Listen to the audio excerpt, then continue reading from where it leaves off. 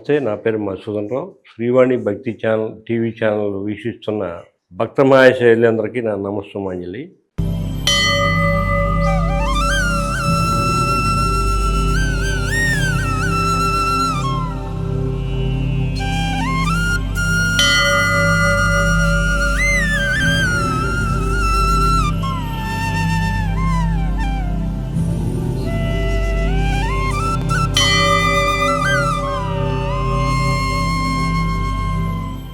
ఇప్పుడు మనం ఉత్తనూరు గ్రామం, ఐజం మండలం, ఆలంపూర్, జోగులాంబ, గద్వాల జిల్లాలో ఉన్నాం.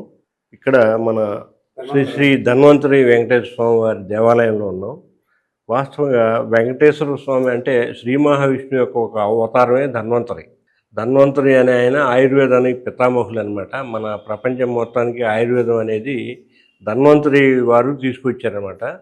కాకపోతే మన దురదృష్టం ఏంటంటే మనకున్న ఆయుర్వేద సంపద అంతా మిగతా దేశాల వాళ్ళు మనం పరిపాలించిన వాళ్ళు కొంతమంది తీసుకెళ్ళిపోయారు. అలాగే కొంతమంది తగలబెట్టారు. వాస్తవంగా నలందాలో ఒక లైబ్రరీ తగలబెడితే అది 3 నెలలు తగలబడింది. అంటే ఆయుర్వేద సంపద అంత ఉండేదనమాట. ఒక ముస్లిం రాజు చేసిన పని అది. అయితే సాక్షాత్తు మనకి ధన్వంతరి వారు మన ప్రపంచంలో ఇంకా ఉన్నారు కాబట్టి, ఎందుకంటే సృష్టికి స్థితికర్త ఆయనే, శ్రీ మహావిష్ణువే స్థితికర్త కాబట్టి ఆయన ధన్వంతరి రూపంలో మనకి ఏదో రకంగా మనకు ఆయుర్వేద వైద్యాన్ని అందిస్తూనే ఉన్నారు. ఈ మధ్యకాలంలో ఆయుర్వేద వైద్యం మీద చాలా ఇది పెరిగింది, అవేర్నెస్ పెరిగింది మా జనాల్లో. ఎందుకంటే ఆంగ్ల వైద్యంలో పూర్తిగా ఏ సమస్య పరిష్కరించబడదు అని చెప్పి ఒక నిర్ధారణకు వచ్చారు జనాలు, ఎస్పెషల్లీ కోవిడ్ తర్వాత. ఎందుకంటే కోవిడ్ టైంలో హాస్పిటల్కి వెళ్ళిన వాళ్ళు ఎక్కువ మంది ఇదయ్యారు, కానీ ఇంట్లో ఉన్నవాళ్ళు, చాలా దైవానికి దగ్గరగా ఉన్నవాళ్ళు లేదా ఎక్కువగా శ్రమ చేసేవాళ్ళు చాలామంది చక్కగా వాళ్ళకి ఆ కోవిడ్ వాళ్ళ జోలికి రాలేదు. హాస్పిటల్కి వెళ్ళిన వాళ్ళు మాత్రం వాళ్ళకి అటాక్ అయ్యి ఇంకా వాళ్ళు చాలామంది ఇదయ్యారు. ఆ మాటలు మనం దేవుడి దగ్గర వాడకూడదు. సో ఇప్పుడు మనకి ధన్వంతరి వారు ఇలాగా వెంకటేశ్వర ధన్వంతరి వారి పేరు మీద దేవాలయం కట్టమని చాలా అరుదుగా ఉన్నది. నేనైతే ఎక్కడ చూడలేదు. దాదాపు నేను 3 రాష్ట్రాలు తిరుగుతుంటాను. ఈ కర్ణాటక, కేరళ, తమిళనాడు, ఆంధ్ర, తెలంగాణ అంటే నాకు కామన్. అది ఇవి మా సొంత పుట్టిళ్ళు కాబట్టి ఎక్కడా కూడా ఇటువంటి దేవాలయం అనేది చూడలేదు. ఈరోజు మన గోపాల్ గారు ఆహ్వానం మేరకు మనం ఇక్కడికి రావడం జరిగింది. ఒక విధంగా మా జన్మ ధన్యమైనట్టే. నేను కూడా ఆయుర్వేద వైద్యం చేస్తాను. నాకు ధన్వంతరి వారితో పరిచయం చాలా ఉంది. మా ఊళ్ళో కూడా ధన్వంతరి దేవాలయం ఉంది, కానీ అక్కడికంటే ఇక్కడ చాలా ఘనంగా, వైభవంగా ఉంది. ఇప్పుడు మన పూజారి గారు పూజ చేస్తారు, మనం చూద్దాం, వీక్షిద్దాం. ఓం గోవింద గోవింద అఖిలాండ కోటి బ్రహ్మాండ నాయక శ్రీమాన్ గోత్రోద్భవస్య రామచంద్ర గోత్రోద్భవస్య మధుసూదన్ రావు నామదేశ సహ కుటుంబానం. ఓం సహ కుటుంబానాం క్షేమ ధైర్య అభయ విజయ వీర్య ఆయు ఆరోగ్య సిద్ధ్యర్థం శ్రీ ధన్వంతరే వెంకటేశ్వర అనుప్రసాద సిద్ధ్యర్థేన పూజాంచ కరిష్యే. నమస్కారం చేసుకో. అచ్యుతాం పాదారవింద సమర్పయామి.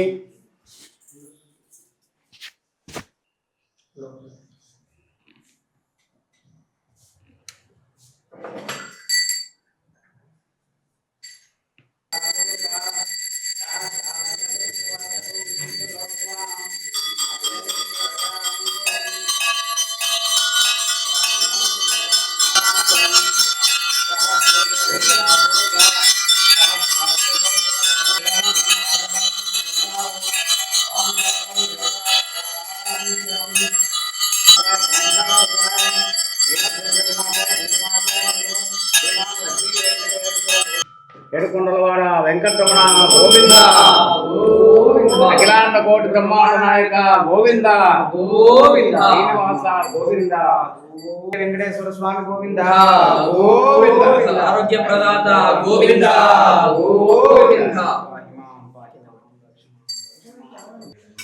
ఓమకాలం సర్వవ్యాధి నివారణం శ్రీ ధన్వంతరి వెంకటేశ్వర తీర్థపాదోదకం పావనం శుభం. అకాలం సర్వవ్యాధి నివారణం శ్రీ ధన్వంతరి వెంకటేశ్వర తీర్థపాదోదకం పావనం శుభం. అకాలం సర్వవ్యాధి నివారణం.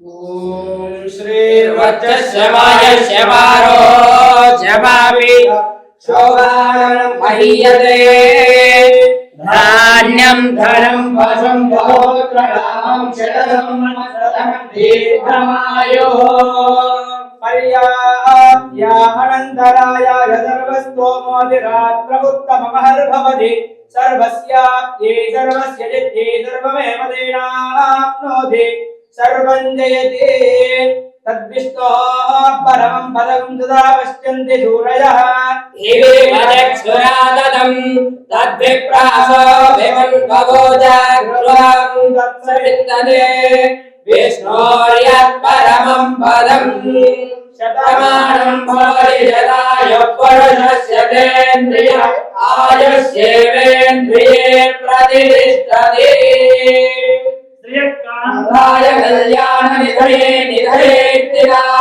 శ్రీవేంకటనివాసాయ శ్రీవాసాయ మంగళం వృషశైలాధిపదేవ దేవదన్నః వృషభాద్రీశ్వరదేవదన్నః హరిదేవాధిపదేవ దేవదన్నః భగవాన్ వెంకటేశదేవదన్నః శ్రీ శ్రీనివాసపరదేవదన్నః శ్రీ శ్రీనివాసపరమేవదన్నః వక్త్రాబ్జే భాగ్యలక్ష్మీ करदलकमले सर्वदा दानलक्ष्मी दोर्दण्डे वीरलक्ष्मी हृदय सरजदेर्भूतकारुण्यलक्ष्मी खड्गाग्रे शौर्यलक्ष्मी निखिलगुणगणाडम्बरे कीर्तिलक्ष्मी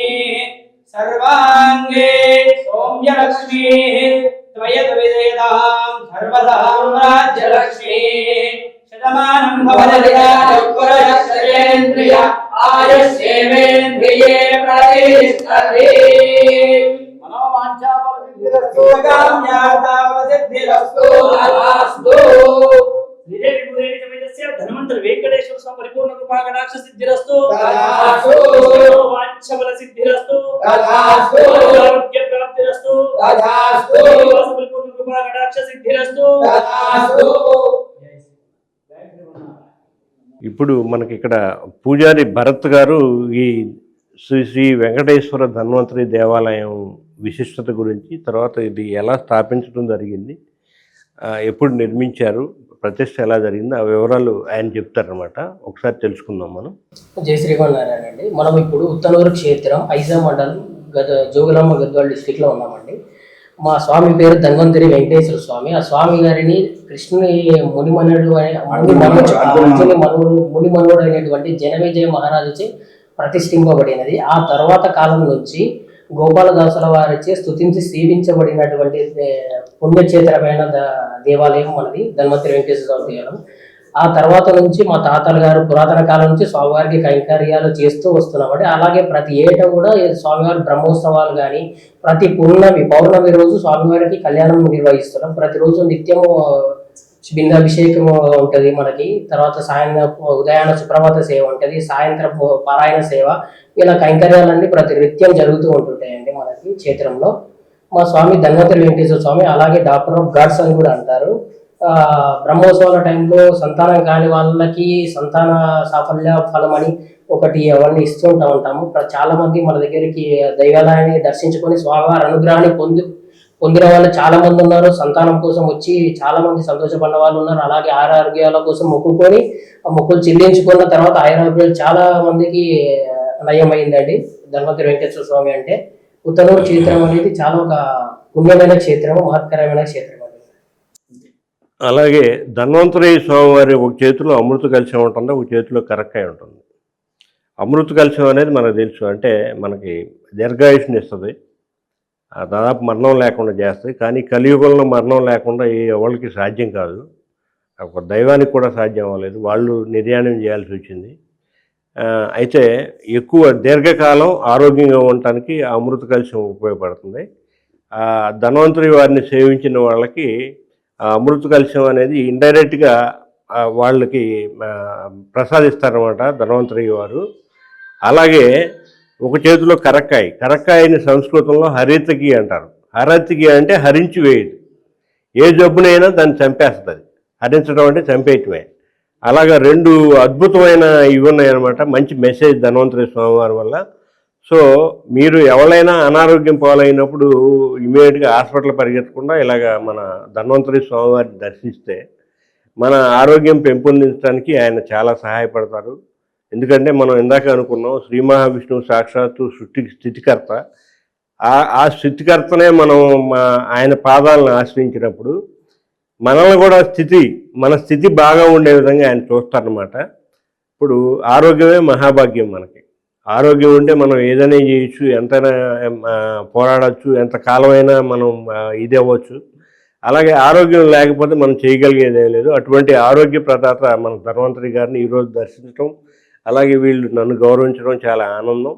నా జన్మ ధన్యమైంది అనుకుంటున్నాను. నమస్తే, ధన్యవాదాలు.